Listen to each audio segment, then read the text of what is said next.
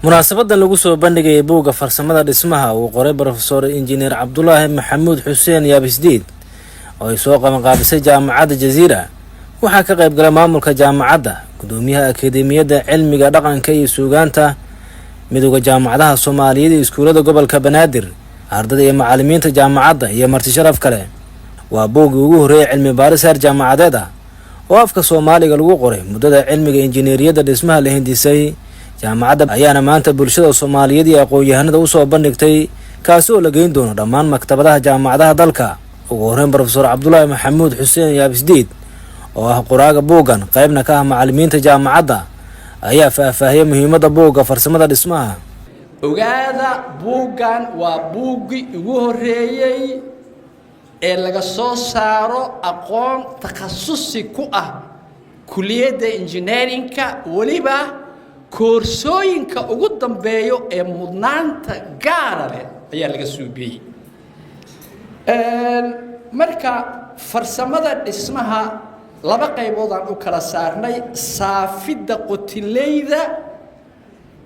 iyo abuuridda qotileyda laba nooc waaye saafidda qotileyda afka ingiriisiga waxaa la yidhaahdaa structural analysis abuuridda qotileydana afka ingiriisiga waxaa lagu yidhaahdaa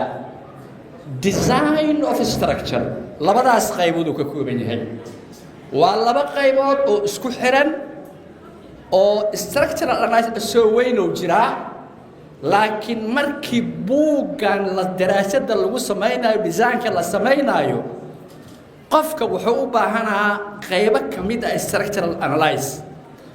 qofkaasi marka wuxuu u baahan yahay isla buugga inuu keeno inta mainka oo mudnaanta iyo muhiimadda leh inta mudnaanta iyo muhiimadda la buuggan waa la soo raacsiiyey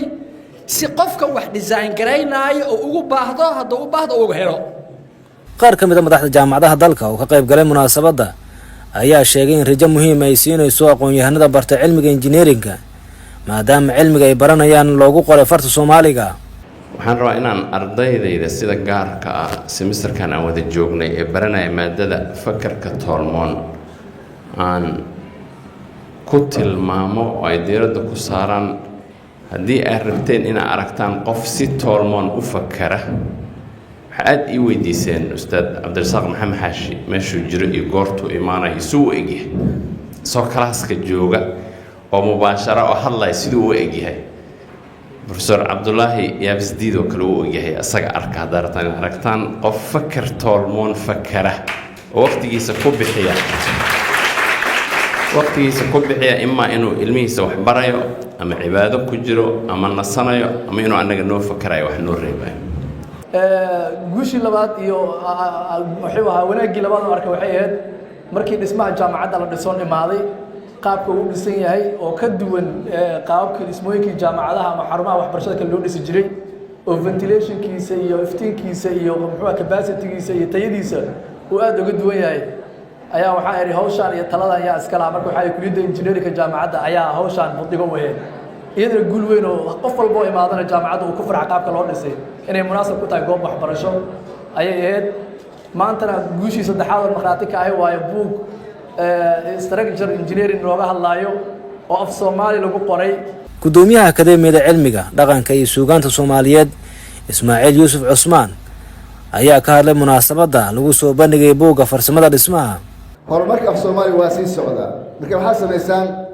dhalinyaro ustaadka lagu daydo waa buug waa ay cajaliyay